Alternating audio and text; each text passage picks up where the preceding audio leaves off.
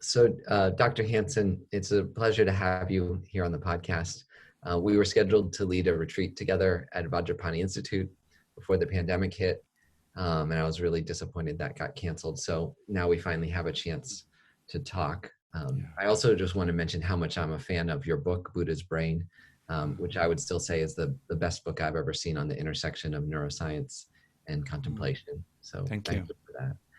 And also your most recent book, which I was lucky enough to read a little bit pre-publication to prepare for our retreat, Neurodharma, which is quite a deep dive into different stages of practice, and also think that's a wonderful book. So I hope people out there buying it and enjoying it. Thank you.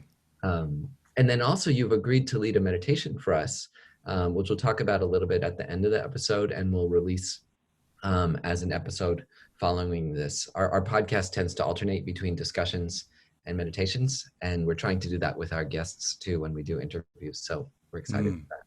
Great. Yeah. Well, I'm very happy to be here. Just you got the word skeptic in, you got the word enlightenment in.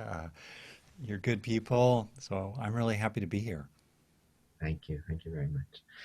So I'd love to start out with a question about the mind. Mm-hmm. Can you tell us if there is what the definition of the mind is from both the neuroscientific and the Buddhist perspective? I will start first, let's say, with neuroscience and psychology, then maybe venture into the many Buddhisms that there are actually. So from a psychology standpoint, we start with our own experiences. It seems undeniable that there is hearing, there is seeing, there is wanting, there is remembering, there is thinking, suffering, enjoying, and so forth. So there are experiences, there is phenomenology. And it also seems clear that there is materiality, there is stuff, there is rocks, there are water, sticks, there are cells, there are bones. So we have a body. And by the word mind, broadly, that's a term that's been used routinely in psychology, certainly in a formal sense, for well over 100 years. It refers to the totality of our experiences, right? Including, then it tends to get stretched into underlying unconscious processes as well as a form of mental activity outside the field of awareness. The intersection with neuroscience has to do with the ways in which the function of the nervous system is to process information. That's its evolved function. Information definitely is an aspect or feature of other systems in the body, such as the immune system, but the primary apparatus whereby information is received, processed, stored, transformed, and communicated, and there is learning through information processing. The primary vehicle of that is the nervous system. The nervous system moves information around like the cardiovascular system moves blood around. So information, by its very nature, is intangible.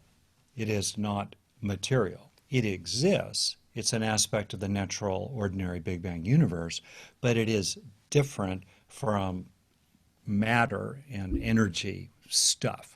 Okay, so we have these two aspects, mind and matter, very, very broadly defined. And so the way cognitive neuroscientists implicitly, and I would do it explicitly, define mind as all the information in a nervous system. This means that a squirrel has a mind.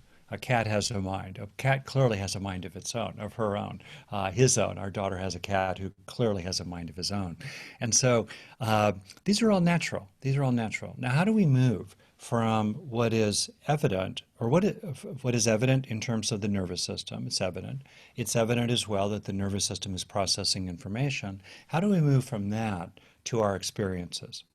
That is the so-called hard problem in cognitive neuroscience, and I think we're a long ways away from resolving it. But I certainly approach it, and I think scientists approach it, as a natural phenomenon. That experiences, whether they're squirrels or people, are natural phenomena. There's no need necessarily to resort to transcendental or supernatural X factors to account for the hearing, the seeing of a squirrel. Then some, and this has been a strong theme throughout history, philosophy, religion, and so forth, and arguably in Tibetan Buddhism, some would argue that for a full account of the experiences of humans, and perhaps those of squirrels, we must include supernatural and transcendental factors for a full account. So I'm just kind of setting the table here. I'm happy to operate inside the ordinary frame of, the natural frame of ordinary reality. I'm also happy to contemplate on and consider, albeit skeptically, perhaps, transcendental and supernatural factors. But that's essentially how mind is understood. And I find it really quite straightforward and simple.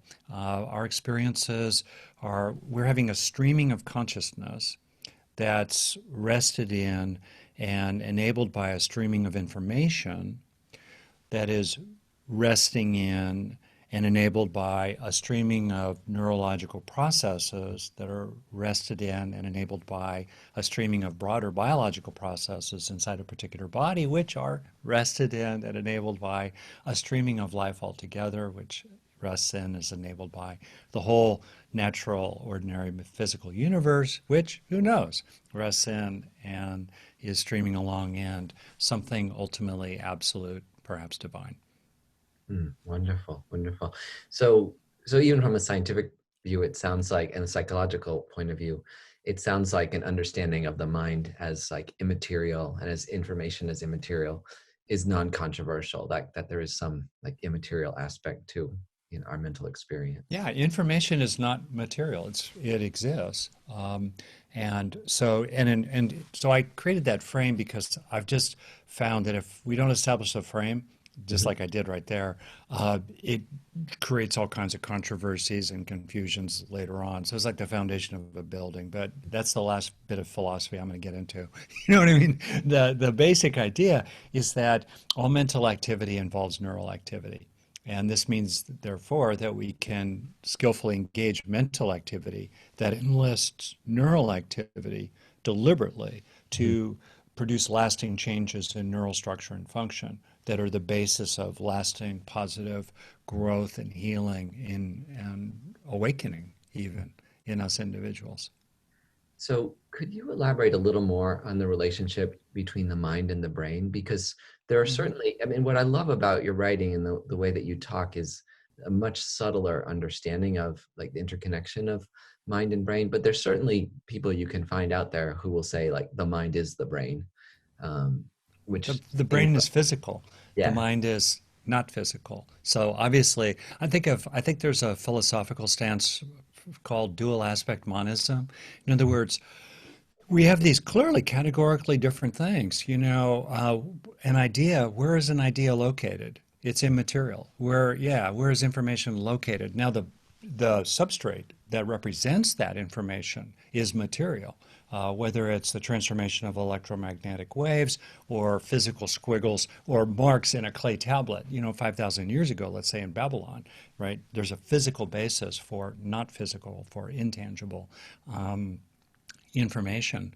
It's widely accepted that flows of experience require, are embedded in underlying physical processes. The problem is a lot of people think that incorrectly means that our experience is somehow reduced to the meat, right?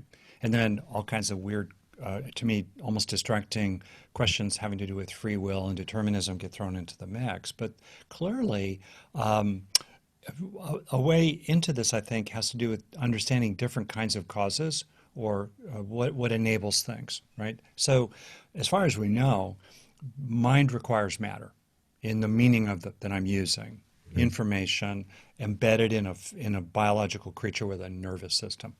Now, just because a worm with 302 neurons, that's the length of a millimeter, that's the creature with the smallest nervous system that's known to science, just because it's doing information processing and in that sense has mental activity, doesn't mean that it has conscious experiences, awareness. It might well be a zombie. I don't think the goldfish in the pond in my backyard are zombies. They're responsive, they're alert, they sleep, they wake. Squirrels are not zombies. You're not a zombie. I'm not a zombie. There is awareness. So what am my point here that I'm trying to make is to appreciate the ways in which the flows of experience, which involve, in my view, most fundamentally, and are manifestations of flows of information. Mhm. Those flows of experience, those flows of information have causal power of their own. So in that sense, uh, the, the mind is not reduced to the meat. In other words, like in this conversation, you're tossing me informational softballs or something, you know, I'm responding to them. There's a causal, the ways in which we use language sequentially, it has a causal flow. I'm thinking about what you're saying, I'm trying to respond to it in various ways. Those flows of information and experience enlist underlying flows of neural activity that can represent any information Mhm. in the association cortices of the brain. Mhm. And this is actually really useful. So if I were to highlight, if I could, Scott, a couple of key points here. One, experiences are natural phenomena. Bingo. Uh, the mind-body process has dual aspects of it that are categorically distinct and yet are a single integrated process unfolding. The body mind process is like, to use a central metaphor in Neurodharma, my book, eddies in the stream, and integrated mind body, nama and rupa, in Sanskrit, eddies in the stream. That's a key point. And the aspect of that integrated mind body process that is the mind has causal force of its own. Mhm. It arises interdependently. It doesn't have self existence. It's empty and shunyata in the technical sense while being existent with causal force. Mhm. It's just so nice the way you describe that, because it seems wholly acceptable to a scientific skeptical person, but preserves really the subtlety and also our Yeah, experiential reality of yes. the mind and of information. So it's very nice. One last question on this topic. So you're also a dedicated Buddhist practitioner. Yeah. Does your own personal view of the mind, as an experienced Buddhist practitioner, diverge from current scientific consensus? If you feel comfortable answering this question. Oh, yeah. Um, well, consensus. Uh, Yeah, scientific consensus is almost a joke, right? To say that. yeah. Well, the way I would put it myself is that a person can take the insights in the Buddhist traditions broadly. Of those traditions, I think Theravadan is most readily understood. Probably Zen as well is definitely, I think, readily understood entirely within the natural frame. So one can go a very long way with the Buddha's insights into unconditioned, the Mhm. unconditioned. There are no articles in Pali. There's no the or a, so it's not the. If you say the unconditioned, it nouns it. It makes it a noun, but it's really unconditionality, I think is a better way to put it. In Pali, nouns are essentially gerunds, so it's not so much a dog, it's dogging. Oh, Anyway, that's it's how very you would say process selfing. oriented. Now I understand why you Yeah, use yeah, the word selfing. selfing. Yeah, yeah, yeah, exactly right. So, point I'm trying to make here is that one can go very far, as people like Stephen Batchelor, Lee Brasington, um, Christina Feldman, I think, others, Andy Olinsky. You can go really far without moving outside of ordinary reality. In other words, without referring to anything transcendental or supernatural. My own view, personally, is that first, the Buddha was referring to something beyond ordinary reality when he spoke of unconditioned in various ways. And more fundamentally, whether or not the Buddha was right about that, which is a secondary question, I think there actually is a transcendental. I think there actually is are supernatural factors that truly are meaningfully distinct from the ordinary Big Bang universe. I don't assert that dogmatically to persuade somebody, but that's my own view. And so that's science stops there. Science stops at what cannot be verified, and through experiments and hypotheses formations that can be falsified, as it were. You know that. And so I would say, though, that the fundamental description of the mind that's embedded in the Pali Canon is thoroughly consistent with our modern neuropsychological understanding. And where I think you find transcendental and especially supernatural factors spoken to as if they're existent and not merely metaphorical, like in Tibetan Buddhism and in Pure Land Buddhism, then I think science just throws up its hands and a truly scientific attitude says, don't know. Mm, There be dragons there. yeah. So, this brings me to a wonderful point you made in Buddha's Brain, where you described science's understanding of the brain as similar to where physics was at the time of Galileo. Mm, And that you said it might take a similar stretch of time, like 200 yeah. to 300 years, to get to the same place with brain science, of where geniuses like Einstein and Hmm. Bohr took us with physics. Yeah. Can what you just said, reflects a little bit on, the humility of where we are with a scientific understanding of the mind. Could you talk a little about where brain science is today with respect to the mind and where you might imagine it going in Yeah. 100 What years, 200 years? What's interesting is when you read neuroscience studies, which I do routinely, they have this quality that I've come to think of as fractal. You Mm. burrow into a detail, and when you burrow into that detail, which is 1% of, let's say, the larger topic you're engaging, but when you burrow into that detail, you realize that within that detail are 100 separate things, each of Mhm. which is 1%. Then you burrow into one of them, and then it's just 1% of the 1%, and yet it too has another 100. I'm making these numbers up, but you get the idea. Yeah. Details. It has that quality to it. So I think that we, on the one hand, have very good understanding uh, in terms of neuropsychology Mhm. at, I would say, macro level processes. Mhm. And there is enough now that we can use well. Scientists will keep burrowing into the details, but there is enough that we can use well. And maybe we'll talk about some examples of that, particularly since the use of these understandings, these insights, are consistent with the wisdom traditions around the world. So there's a lot of common sense that underlies it, and the individual risks of trying these things out are very low. Unlike, let's say, trying out a untested vaccine. That's being pushed forward for political reasons. So that has a lot higher risk, let's say. So, okay. Um, Beneath that macro level, the more you understand what's beneath the macro level, the more you realize how little we know. And another metaphor might be in terms of technology. So that we have, it's a little bit like biology was 100 years or so after the invention of the microscope, which is to Mhm. say around nearly 300 years ago, right? That's roughly also, I think, where we are in terms of developing a complete understanding of the mind body process and particularly working through the hard problem.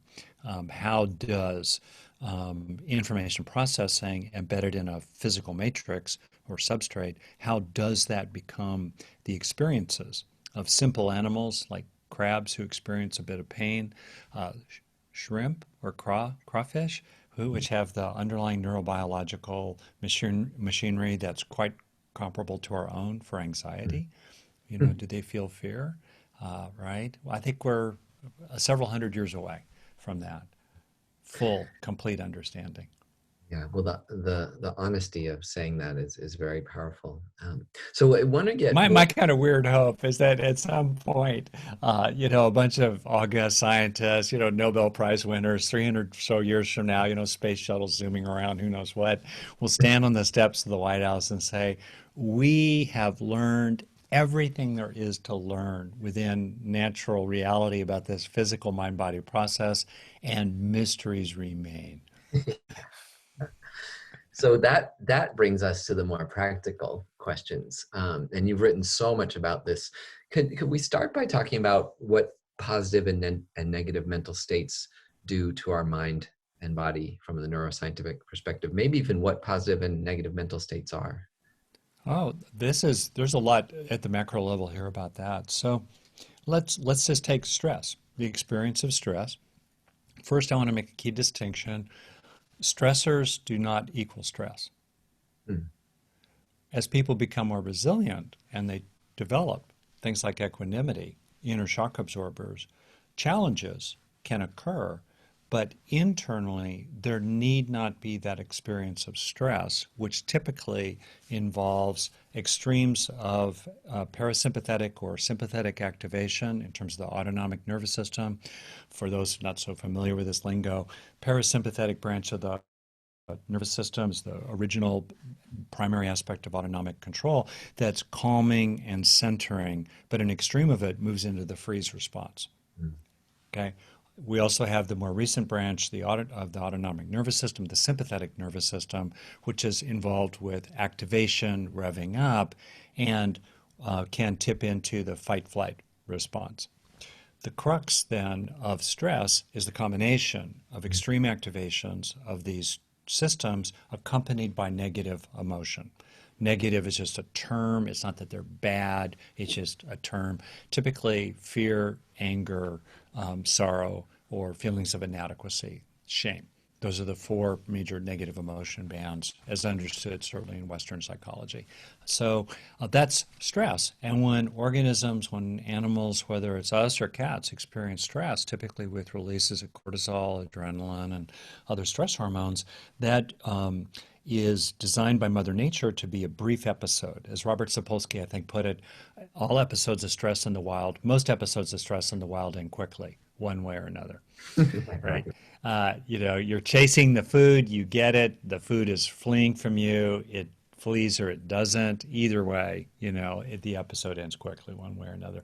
But chronic stress and traumatic stress is actually deleterious to the body and the mind in all kinds of ways that have been well studied at this point. So that's an example. Suffering wears us down. Suffering is not good for us. Suffering is an aspect of life. There is suffering. It's not the entirety of life. It wears us down. People, I think, are certainly some people are caught up, I grew up in LA, are caught up in pushing away any and all negative experiences.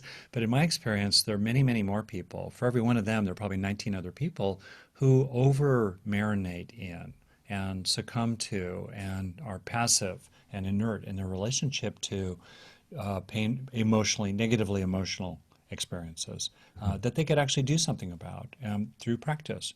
It doesn't mean suppressing them. We practice with mindfulness, we practice with insight, we practice with turning toward other beneficial things that are true. Deal with the bad, turn to the good, take in the good. Those kind of three statements summarize a lot of practice there. And neurologically, there's tremendous evidence that emotionally positive experiences of various kinds pull us out of stressful episodes so they reduce the bad. And also emotionally positive experiences do a variety of things, like motivate us toward the good. That's useful right there. They also are calming and soothing. One little example of that, I think, is that the alarm bell of the brain, the amygdala, has oxytocin receptors on it. Oxytocin is a neurochemical whose activity increases as our sense of heartfelt positive relatedness increases. I'm thoroughly enjoying this, Scott, hanging out with you here in this very friendly way. I'm just imagining we got like a cup of tea between us, even though we're doing it virtually. And it's nice. And so, okay, there's more oxytocin activity probably. Guys have oxytocin too. We're two, I think I am cisgender male. Anyway, we have oxytocin as well. And in the amygdala, oxytocin activity at those receptor sites has an inhibitory effect. It's calming. It dials down the alarm bell. Says it's okay, sweetie. You can chill out now. So that's one example of ways in which emotionally positive experiences can be beneficial for us. And people like Barbara Fredrickson, who is very bold and courageous early in her career, could have ended her career to study positive emotions, as she has documented again and again, and other people have as well. Happiness is skillful means.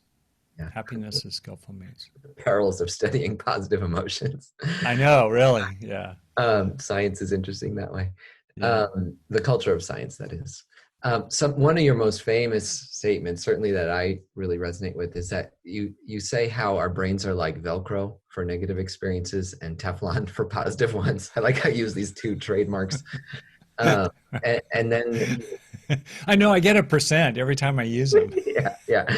And even though, most of our experiences are probably neutral or positive for Yeah, almost everybody on Earth, help us understand that. Can you explain this yeah. phenomenon of our minds and our brains and how to counteract it?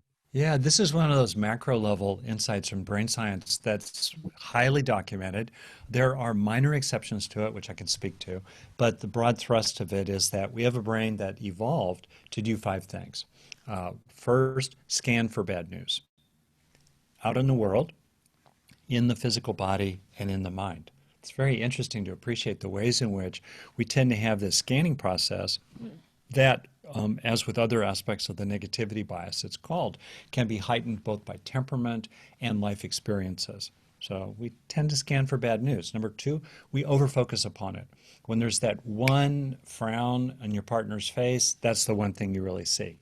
That one word of criticism from your boss, that's the one thing you fasten upon, right? We overfocus upon it. That's why positive emotions, by the way, as Barbara Fredrickson coined the term broaden and build, as a function of positive emotions broaden our field of view perceptually. We take more information into account. A lot of research about that. So we look for bad news. Number two, we overfocus on it. Number three, we overreact to it. People react more to pain than to pleasure of equal intensities. We react more to loss than to gain. Daniel Kahneman's work on behavioral economics, loss aversion. That, and then negative interactions interpersonally, we tend to get more agitated about. I can say that as a guy married 38 years. It's still true for me. Okay, fourth, Right. we over remember it. Negative experiences are fast-tracked. They're privileged in terms of memory storage. They go right in, bingo. Whether it's an episode, so we have that kind of memory, it's called episodic or explicit memory, or more implicit, the accumulating residues, of moments of irritation, of fear, of helplessness, of hurt, gradually sinking into us. Well, meanwhile, positive experiences, unless they're million-dollar moments, don't have that bias, so they tend to wash on through. So there's a quantity effect for positive experiences in the lives of most people, but there's definitely a quality effect for negative ones. So those are four things that the brain is designed to do. And then there's a fifth. The brain is designed to be sensitized by the negative in ways that are much more powerful than its capacity to be sensitized by the positive. As the stress hormone cortisol is released, it moves into the brain, and in the brain, and that hormone is related as well to feeling angry, not just stressed. Stress sounds as kind of narrow. When we're irritated, when we're feeling pressured, when we're racing to a meeting and we're late, when we're rehashing a conversation with our kid, again and again, let's say, we're stressed. So cortisol is released, goes up into the brain, and in the brain, it sensitizes the amygdala, that alarm bell of the brain. Technically, there are two of them, one on either side. And cortisol also gradually weakens and eventually kills neurons in a nearby part of the brain, the hippocampus, which puts things in perspective. Hippocampus also inhibits the amygdala, calms it down, and the hippocampus signals the hypothalamus, quit calling for stress hormones. We have enough already. So that creates a vicious cycle. Upsetting negative experiences today, even mild ones, but if they're chronic, if they're in the, if you're in the pink zone, not just the full red zone, but the pink zone most of the minutes of your day, at least in your background sense of uneasiness and agitation and worry and alarm, hard not to be there, right, in this time of COVID. Then what happens is gradually our stressful, upsetting experiences today make us a little more vulnerable, a little pricklier, a little more sensitized to negative experiences tomorrow. So we react just a little more to them tomorrow, which makes us even more vulnerable for the day after that in a vicious cycle kind of way. And then last, these five things I've mentioned, scanning for bad news, over focusing on it, overreacting to it, over remembering it, and sensitizing to it, then generate a sixth aspect of the negativity bias, which is self-fulfilling prophecies in the world around us, in effect. Or we do things because we read people around us overly negatively, we overreact to them, they overreact to us, boom, boom, boom, welcome to politics. you know? or family quarrels. That's the negativity bias, right? And so for me, the takeaway is it's adaptive. It evolved for good reasons back in the Stone Age, back in Jurassic Park. All right.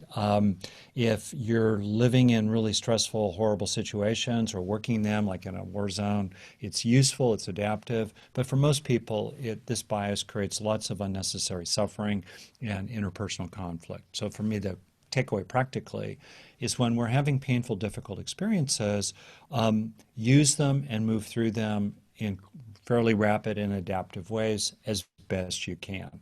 Don't marinate in them. Don't indulge yourself there. Don't just sit on the frying pan and sizzle. Shift as soon as you can into a calmer, more centered state, and then over time train yourself, develop traits of calm, resilient well-being so that you can return to your home base more and more rapidly. That's very useful. You also write and talk about habits, that every time we have a thought, it's not just a read event, it's also a write event, that it's Very good. Yeah. of that habit. So what practically can we do to counter that negativity bias? Because you start to get nervous, reading your book, like, oh no, every time you could even get nervous. Oh, you're so screwed, Scott. It's over, man. No, no, no. Oh, okay, great. So, and this is, it's a great conversation. You're raising these huge topics, and I keep trying to regulate my tendency to say everything. Anyway, quick takeaway here is kind of summarized, like I said, deal with the bad. Nothing in what I'm talking about is about positive thinking or looking on the bright side. No, we got to deal with the bad. We got to deal with challenges, including at the social justice, systemic oppression level. Okay, deal with the bad. And turn to the good. Recognize what is also true. Push against this tunnel vision tendency we have to overly isolate on the one tile in the 10 by 10, 100 tile matrix of the mind in the moment that is blinking red. Don't get overly sucked into that one red tile. Deal with it, but widen the view again and again and again, and gradually train to develop trait open-mindedness, trait, wide view, as it were, trait spaciousness of mind. Develop these as traits so that we increasingly are able to overcome this habit that's biologically grounded in evolution of negativity. So do that. And then take in the good. So deal with the bad, turn to the good, which recognize what's also true. The negativity bias is a form of delusion. It's a form of ignorance. If you think of it, I'm using that word in a loose way, delusion, because I'm a psychologist and I think about what are true delusions, you know what I mean? But I'm using that term loosely here. And I think that's a way for people who care a lot about clear seeing, whether the root of the word for science and Buddhism is the same. It's to know. It's clear seeing. Ignorance is the root of all suffering, most fundamentally, most broadly, right? So if we care about clear seeing, we want to stand against the negativity bias in our brain. And so we turn to the good, and then we take in the good. This is where positive neuroplasticity comes in. This is where learning comes in. We want to learn in the broadest sense, especially social, emotional, somatic, motivational, spiritual learning. We want to learn from our beneficial experiences. So, like right here, be real here. So this is the first interview I've done in about a week. And I said to my wife just before we started, yeah, honey, I think I'm a little rusty. And I think I was a little rusty, but I'm gradually finding my pace. And I'm deliberately letting in the reassurance of this. I'm letting in your sweet, affirming face, the kindness, the bodhicitta in your face, the fruit of a lot of practice. I'm taking it in here, which involves a matter of just seconds, because the brain is super fast. But as the saying has it, neurons that fire together wire together. That's from the work of the Canadian psychologist Donald Hebb. I did not coin that phrase. Anyway, and so we have a chance again and again, many times a day, half a breath at a time, longer if you like. Stay with the experience, keep those neurons firing together. Try to feel it in your body, because that will also increase the registration of that experience as a lasting change in neural structure and function. All learning involves a physical change in the hardware. Otherwise, there's no learning by definition. Right? If we want to move from states to traits, We have to change the brain in the process. And you can help your brain change for the better by staying with an experience for a breath or longer, feeling it in your body, and focusing on what feels rewarding about it. There are other things you can do. This is probably one of my primary IPs, the development, the build out really of self-directed neuroplasticity. What are the mental factors we can actually engage to steepen our healing curve, our growth curve, our learning curve? It's remarkable how little attention has been paid to that particular question, whether in mainstream psychology or even in the spiritual traditions, the contemplative traditions. There's very little attention paid to the actual internal process of heightening cultivation, heightening bhavana. So you become, in the language of behaviorism, a one trial learner. You become the rat who really, the first time you taste the cheese, you never forget where that tunnel is, right?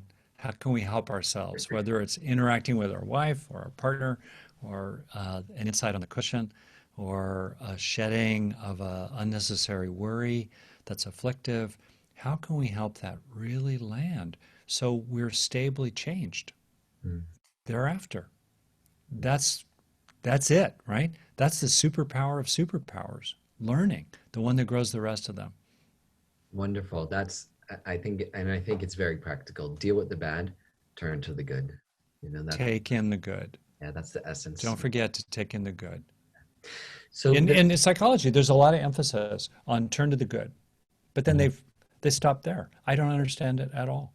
Yeah. How do you do Why that? not focus on how to take it in so it becomes a part of you, or more exactly, you become it. Yeah. The Milarepa. You know about Absolutely. Milarepa. Yeah, Tibetan Buddhist. Yeah, duh. Right. He had this description of his life of practice toward the end. He said, in the beginning nothing came, in the middle nothing stayed, in the end nothing left. That's the process. How do we help ourselves move from that second to the third stage? In the second stage we can have experiences, but they don't stick. Yeah. By the third stage, we're cooked. And all learning is like that. That's the thing. If anyone has had that experience of, I remember when I was studying computer science, stepping into an advanced lecture and understanding, 2 words out of thousands. But, with dedication and some effort, I think we can advance in any dimension. So Yeah. I have a question for you. This isn't universal to all forms of Buddhism, but in some, and certainly in some aspects of the Buddhism I'm familiar with, Tibetan Buddhism, there's an understanding that of Buddha nature, that our deepest nature is, and there's many ways of understanding that too, but one way of understanding it is that our deepest nature is good, kind, loving, compassionate, and that disturbing states of mind like anger, fear, and craving are shallower, even though they might dominate at times. They're shallower in terms of the levels of our consciousness. Now, how does that relate to the Velcro Teflon understanding of our brains? Like, does brain science support this view of a kind of innate goodness to people at all? I explored that fundamental controversy about our nature, right? Are we saints or sinners innately, right? I explored that in the frame of evolutionary neurobiology in my book, Hardwiring Happiness. And the reason I'm kind of establishing that is to create a framework in which I can say that in a biological sense, and with creatures whose nervous systems are complicated enough, which is to say humans, let's say, who are having very rich experiences. Let's say other primates, certainly mammals, are having an emotionally rich inner life. The resting state, when we're undisturbed, when there's a sense of enoughness in the meeting of our needs, where primary needs for safety, satisfaction, and connection broadly. This is a fundamental idea in biology and psychology. When a creature's needs feel met enough, the creature, including a human creature, defaults to its natural resting state, its equilibrium condition, in which there is the body can repair itself, it conserves resources, it can refuel itself, it can recover from bursts of stress, and in which, especially in animals, mammals upward, let's say, in terms of evolution, its mind is colored with a basic sense of well-being. Mhm. And if you think of that well-being in three elements related to the meeting of those three needs, uh, safety, a sense of peacefulness, satisfaction, a sense of contentment, and connection in the creature's way, a sense of love. That is our biological resting state. When animals have an enoughness in the meeting of their fundamental needs as they experience it, when they experience an enoughness, they return to that resting state because, due to very hardcore biological evolutionary processes, this helps animals pass on genes that pass on genes. So, in a purely biological sense, our resting state is indeed characterized by peacefulness, contentment, and love. Now, we also have the capacity to be disturbed from that resting state to meet an adaptive challenge. The saber-toothed tiger jumps out of the bushes. Your kid runs into the street in front of the bus. I live in California. We're dealing with fires right now. You get a warning on your phone that says you might have to leave in 10 minutes. Be prepared to leave in 10 minutes if you have to. Boom. Okay, we're tough critters. We're the top of the food chain for a reason. We move then into the red zone in which we don't feel in our core that there's an enoughness in the meeting of our needs. And so in terms of safety, our mind is characterized by a sense of fear, anger, and maybe helplessness, immobilization. In terms of unmet needs for satisfaction, the mind colored by greed, I could add hatred for the first one, to use a traditional term for safety, aversion, greed, grasping, in terms of satisfaction, disappointment, frustration, loss, depression. And then in terms of unmet needs for connection, the mind could be colored by a sense of loneliness, inadequacy, or hatred, or ill will toward others, vengeance, resentment, and so forth. So we have the capacity to go into the red zone. So in effect, we have two natures. We have the reactive mode, the red zone, fight, flight, freeze, right? Characterized by fear, frustration, and heartache, ill will. On the other hand, we have another kind of nature that's our deeper, truer nature, because the resting state of a dynamic system most characterizes it. The resting state of our biology is characterized by peace, contentment, and love. Period. That's very beautiful. It makes me picture, a cat curled up on the couch. Like that's our nature. Is this Yeah. Or as peaceful? Sapolsky put it in his book title, Why Zebras Don't Get Ulcers. You know? Now to go to a deeper, so I just gave you straight out evolutionary neurobiology, blah, blah. Very encouraging. And it's great to appreciate that that's our truth and to then realize, wow, okay, if we were to operationalize a lot of practice, it says clock more time in the green zone. Mhm. How to do that? How to actually clock more time in the green zone while dealing with a challenging world. Loss, pain, old age, disease and death, politics, racial injustice, da da da da. How do you stay in the green zone? How do you you look at the Dalai Lama, you look at Thich Nhat Hanh, you look at Nelson Mandela, other people, they're staying in the green zone as they deal with oppressive systems. How do you actually do that? So there's a lot of material about that, and the crux of it is basically, one, develop psychological resources inside yourself so that you can cope with challenges without feeling invaded by them. And second, when you do experience an enoughness of needs met, so you really authentically could rest in some sense of peacefulness, contentment, and love, bring a big spoon. Really take it in to gradually increase resting state, resilient well-being inside oneself. So that's clearly a takeaway. Now, more deeply, I do intuit that underneath what I experience as ordinary, natural, mainstream green zoneness, it really does feel like there's something even deeper. And that is where I wonder, wow, is that a portal into something transcendental? Because it truly feels transpersonal. That level of just a, a lovingness, a kindness, a sweetness, a desire to help, a longing for the good. It's hard for me to account for that, those qualities of experience that we have in narrow evolutionary terms. I can't think about how they would confer reproductive advantages, particularly the green zone as I've described, including at the level of zebras. I can see how that would confer reproductive advantages that would then be passed on in evolutionary terms. But this transpersonal profundity, oh, I just don't see how that would be baked into us through evolution. There are spandrels, right? There are qualities that we have that are not necessarily constructed by evolution. They're just sort of like knock-ons, okay? But there's something so central and Hmm. deep in us that when we tap into this transpersonal sense of goodness, it really makes you wonder about stuff that transcends the natural frame.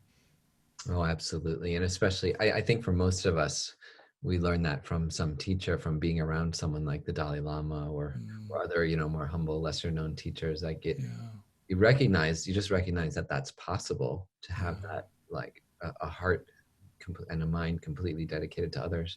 And then it's yeah, also a little bit contagious, which is nice. It does seem to like mm, rub off on us. So, yeah, yeah. That's right. That really is right. yeah. Now, one last thing I'll just Yeah, yeah. share because of you and also your audience, I feel a little freer to turn up the intellectual jets a Great. bit. Yeah, and I just want to offer a reflection. You talked about analytic approaches to the mind. It's in the Neurodharma book. It's developed. This is for me a typical Buddhist reflection. I'm going to summarize it. So you think about what is the nature of mind. So we have experiences. There is hearing, there is seeing, there is wanting. What is the nature of all experiences? This was one of the Buddha's most fundamental contributions. He was interested in experiences. He, he said, pay attention to experiences, especially causes. What causes suffering, what Mhm, causes happiness, mhm, what causes helpful experiences, what causes afflictive experiences. But even more deeply, have insight, vipassana, into the nature of experiences, into their transience, their compoundedness, and their dependent arising, and thus their shunyata, their emptiness, the emptiness of all experiences. And they're existent. I think there's been some misunderstanding of Nagarjuna and others that have moved into a strictly idealist position that says because experiences are empty, they don't exist. No, they exist emptily. Okay, good. You're shaking your head in agreement, I think, with what I'm saying here. So if the nature of the mind and also the nature of matter, if you look at almost all material phenomena, they too have these three characteristics of impermanence, compoundedness, and dependent arising. And thus, in the technical sense, they too are empty of absolute self existence. They're empty of essence, empty of identity in a sense. So we have mind and matter, the body mind process, nama and rupa, swirling along, eddying along, right, in the streaming of allness, reality, the physical universe altogether. Um, the nature is empty. So when we ask ourselves, what is our nature is fullness, emptiness. It's a mhm. kind of radiant emptiness. And that is another way of understanding our Buddha nature, Mm. the nature of all. And if you look at people that are villainous, how could it be that all beings have Buddha nature? How could a villainous, terrible person? We're watching an Australian TV series right now called A Place to Call Home. It's Mhm. really profound. It's set right after World War II. One of the main characters is Jewish, Australian Jew, who was caught up in a concentration camp for 2 years and the horrors of all that, the Nazi horrors, right? How could the people who, raped her in the concentration camps have Buddha nature? What? Well, they could have Buddha nature in the sense that all beings have the nature of emptiness. And in Mhm. that sense is our Buddha nature. And to move from intellectual conceptual understanding of this to a felt sense, be your nature. Hmm. Be your nature of emptiness. Be emptiness, fullness, radiantly, with love. That that's being Buddha nature. Yeah, yeah. That another way of understanding Buddha nature, like you're saying, is that understanding our dependence, interdependence, dependence on causes, and Yeah, changeability, yeah, right? Which is in some sense much deeper than saying I'm good, because good still kind of reifies and solidifies. yeah. That's right. So the opposite of that, understanding yourself dependently, is the self-centered attitude, right? And Mm. Robert Thurman talks about this in a very I love it. He makes this joke that says, out of all people on earth, I think I'm just a little more important, right? I don't know if you've ever heard him say that. But he describes that like root delusion, like the opposite of that wisdom, understanding like our dependent nature. um But you should be more important to you yeah, so because can because that will enable you to be of service to others. Yeah. Yeah, so talk a little bit about that.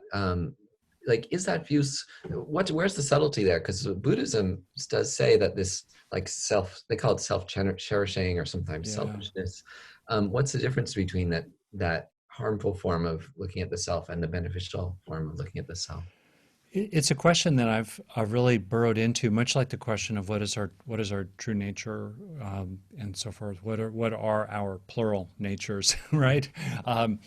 Because as a psychologist and someone who's raised two kids, and also someone who's trained very much in developmental psychology and worked with a lot of children, uh, attachment theory is all about the healthy developmental stages of forming attachments. And if you have children, you want them to be attached to caregivers. Right? Kids, let's say back in the Serengeti Plains, who were unattached to their caregivers, wandered off at night and got eaten. They did not pass on genes that passed on genes. Parents who were not obsessed with their children were a little more likely to lose those kids and not pass on genes that pass on genes. All right, so it's adaptive to be attached in certain kinds of ways. Plus, I'm a rock climber. I'm an aging rock climber, so I don't do it that much anymore. But boom, you want to hold on to that hold. There's a place, right? So how do we think about that? It's so interesting, isn't it? Right? How do we think about that in ways that are hopefully wise and lead onward to liberation, including full awakening, for us in this life, if that's possible. So, wow, short version, I think, is really summarized in this lovely. I wish I knew the name of the Southeast Asian teacher who said it, and it makes sense in writing. Mhm.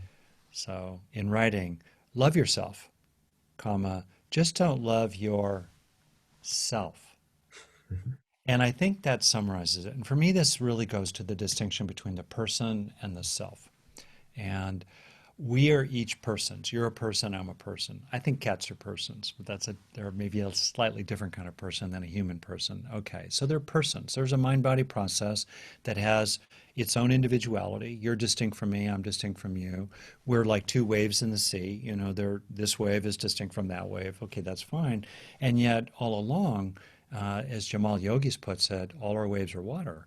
Our nature is the same, right? We arise out of and we disperse back into a common ground. Okay, so persons, no problem, right? No problem. But the narrow sense of me, I, the psychological self in the narrow sense of some kind of presumed entity inside who is unified, enduring, and fundamentally independent of experiences. These are the three constituting attributes of the presumed self, right? Well, a lightly held sense of that self can be adaptive in certain conditions, right? For example, if someone is important to you, Scott, would you rather they said to you, in this interdependently mutually arising space between us, there is so much love and blah, blah? Or would you rather have them say, I love you. I am committed to you, and I would walk through a burning building for you? Huh? What do you want to hear? When I'm rock climbing, if I can't do something initially, I mobilize a strong sense of self. I am going to beat this mother, da da da da da da. It's adaptive, but more than a little bit of that gets us into a lot of trouble, Mhm. right? So this to me is very consistent. So there's no problem with being persons. Where there is a problem is with this whole process of self-cherishing. But here's a last wrinkle to throw in. Interestingly, it is through internalizing healthy narcissistic supplies that we become less self-preoccupied. Mhm. Mhm. Through internalizing healthy, appropriate experiences, depending on our own temperament. Some people naturally need more than others temperamentally. I'm an introvert. I suspect you are as well. And we may need less. Other people, they need more. They're more sensitive interpersonally. Okay, fine. It's normal. It's natural. It's fine, right? In addition, we need, sometimes we have had losses or traumas or injuries where they make us particularly healed through healthy narcissistic supplies of attunement, mirroring, cherishing, inclusion, liking, loving, praising, right? Admiring, respecting. And it's actually really important psychologically as social animals to internalize healthy narcissistic supplies and not push them away out of some misguided, well intended but misguided spiritual stance that says, not for me, not Mhm. for me. And so for me, it's actually a really interesting process, particularly if you enter adulthood like I did with a big hole in your heart from a lack of healthy narcissistic supplies as a kid, healthy social supplies, and for various reasons. It's actually really interesting to explore the internalization of beneficial social supplies and really reaching for them and looking for them and taking them in and savoring them, right? In the service of non clinging and non attachment to them, and in the service of releasing the reified, thingified sense of a me inside it all. Very nice. Could you afford another 10 minutes just for like two more wrap-up questions? Yeah, yeah. Okay. So the flip side of that healthy sense of self then starts to turn to altruistic behavior. Hmm. So I wonder if you could talk a little bit about the scientific basis for that, for altruistic behavior. Why should we work for the benefit of anyone other than ourselves and our closest family and friends? Well,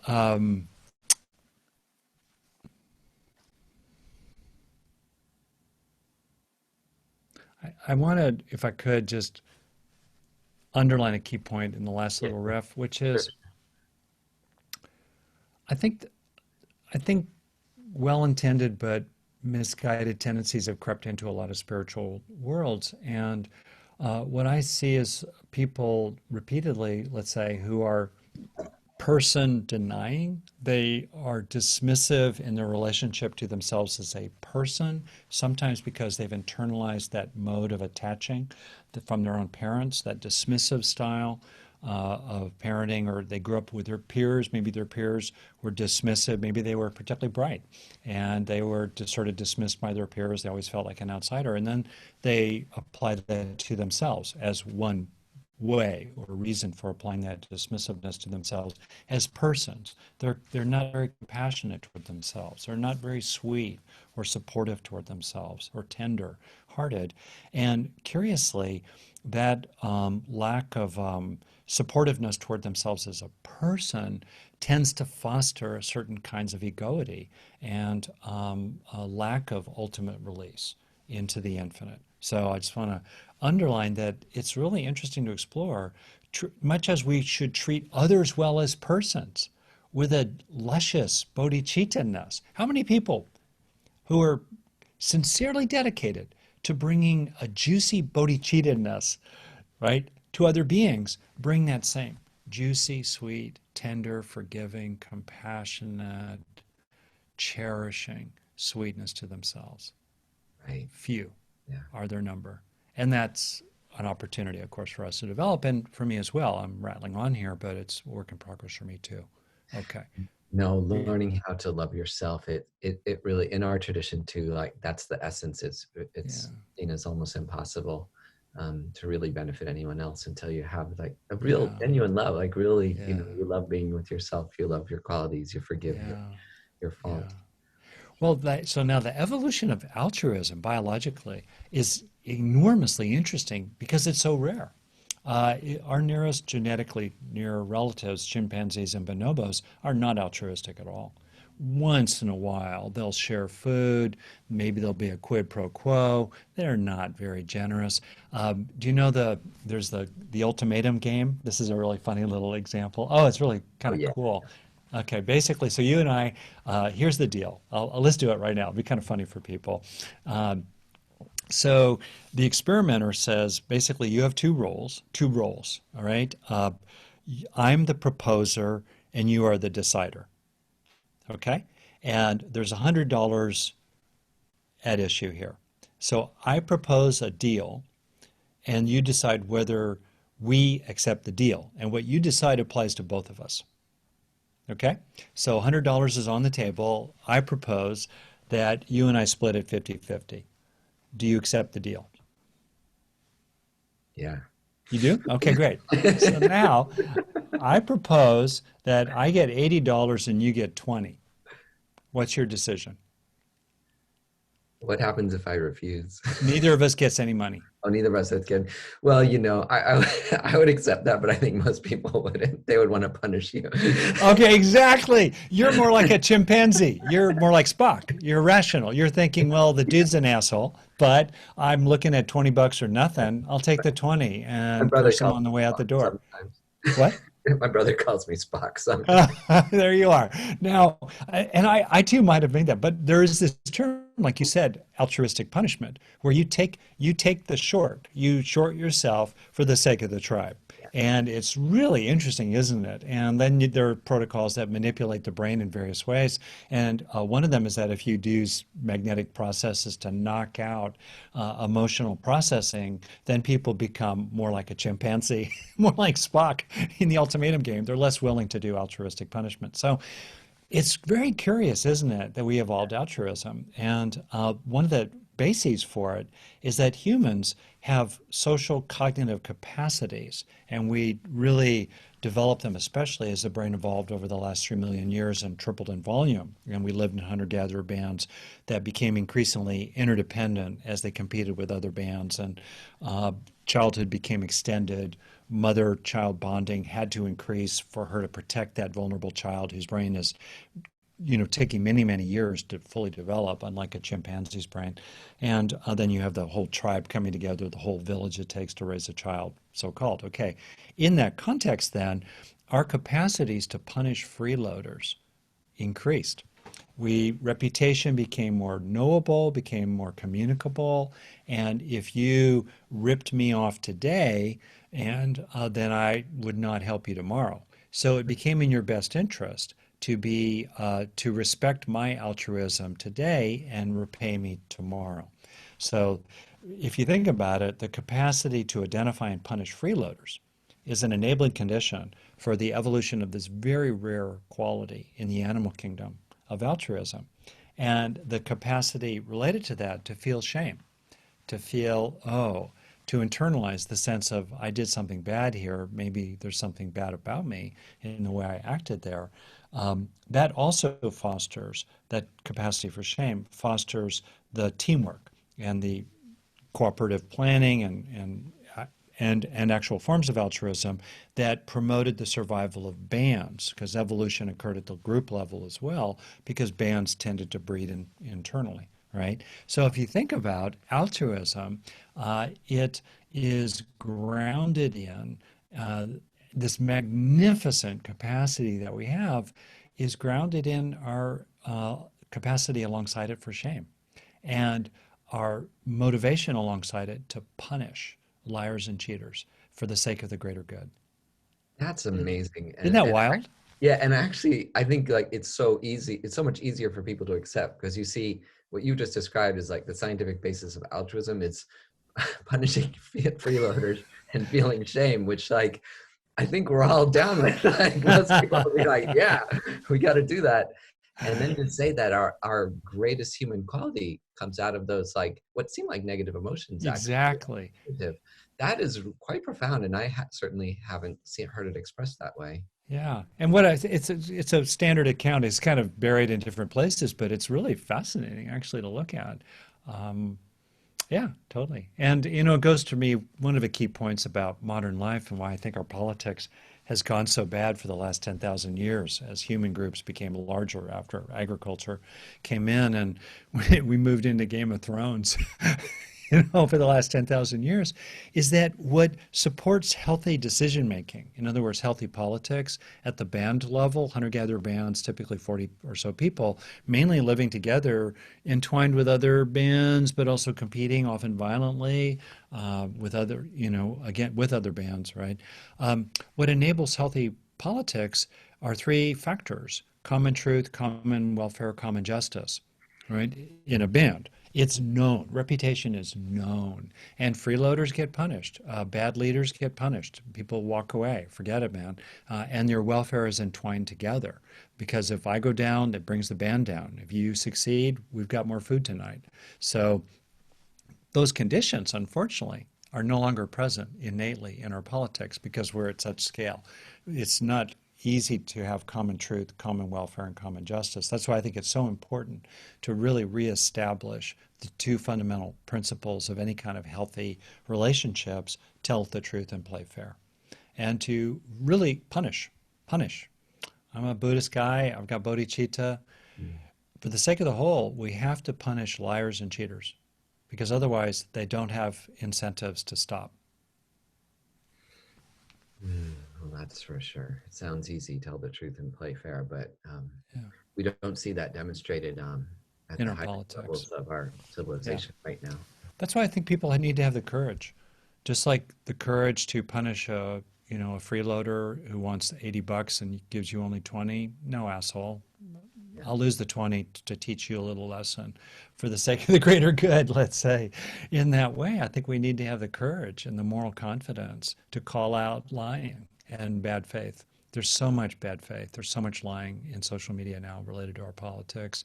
And there's so much cheating. There's so much hypocrisy. And it doesn't get called out.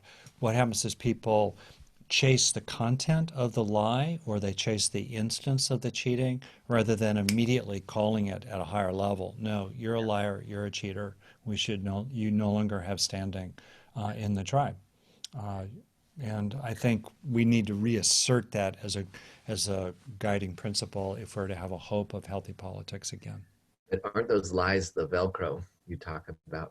And they're so tasty for our minds instinctually. I Or no? think so, but I really do think there's ignorant stupidity and there's motivated stupidity, Yeah. right? And I think that in my own view, the arguably greatest evil of all is is to undermine people's capacity to discern the truth and to trust through gaslighting and other means their capacity to trust what they see. You see that in abusive families. Mm-hmm. No, grandpa, he's not a molester. No, no, mom, she's not drinking too much. No, no, big brother, he's doing fine in school. He's not growing dope in the attic. No, no, right? And then you grow up doubting your capacity as a kid to recognize what's actually really, really true. So I think that's evil, actually, and we should call it that and Yeah. address it at a moral level. And this is the first principle of totalitarian regimes: is deny the obvious. Yeah, there you are. Yeah, performatively even to Yeah. demonstrate their capacity to exert that kind of power. Because Yeah, that's your power. That asserts your power. Like if you deny something that is completely yeah. obvious, that shows how powerful you are. Exactly right. Performative lying, performative cruelty, just to establish the point that I can do it. Yeah. Well, luckily, most of our discussion has been describing the antidotes to that thinking. So Yeah, at that's least in our true. own minds, Yeah. we can work on those. And next week we're going to have a meditation that you Yeah. led to help us, practically do that. To close out, could you just tell us a little bit about the meditation that you're leading for us next week? Oh, sure. And basically, recently I've just developed a simple meditation, 5 breaths. And maybe I'll give people a quick preview if you like. Sure. Yeah. Basically, grounded in good brain science, and people can find the references to that in my book, Neurodharma. And I should add as well that I taught a retreat a couple times now on the Neurodharma material over 10 days. And in the first instance of that, we videotaped it and turned it into a very accessible, well-organized online program that has continuing education units for people who need them. And it's always made available to people in significant financial need. And people can check it out on my website. It's a nice companion for the book. It's the online program. It's very experiential. But anyway, the 5 breaths are first to breathe while feeling your chest as a whole, breathe while feeling caring, breathing while feeling cared about, breathing while feeling peaceful, breathing while feeling content. And in that, you'll note those 3 aspects of our resting state, the green zone of peacefulness, contentment, and love. All 3 are in the mix there. And the parts in particular that are about breathing while filling your chest as a whole speak to some recent neuroscience about the ways in which recognizing things as a whole, whether it's the room as a whole, or your chest as a whole, or your body as a whole, or reality as a whole, or your mind as a whole, or widen your view, reduce the neurological basis for selfing and mental time travel, and bring you into the present through simply getting a sense of things as a gestalt, as a whole. So that's the meditation, and I do it over 10 minutes, and it's so sweet. And you could just do it 1, 2, 3, 4, 5. That's less than a minute for most people of breaths, or you can extend it over longer periods of time. Those 5 kinds of breaths.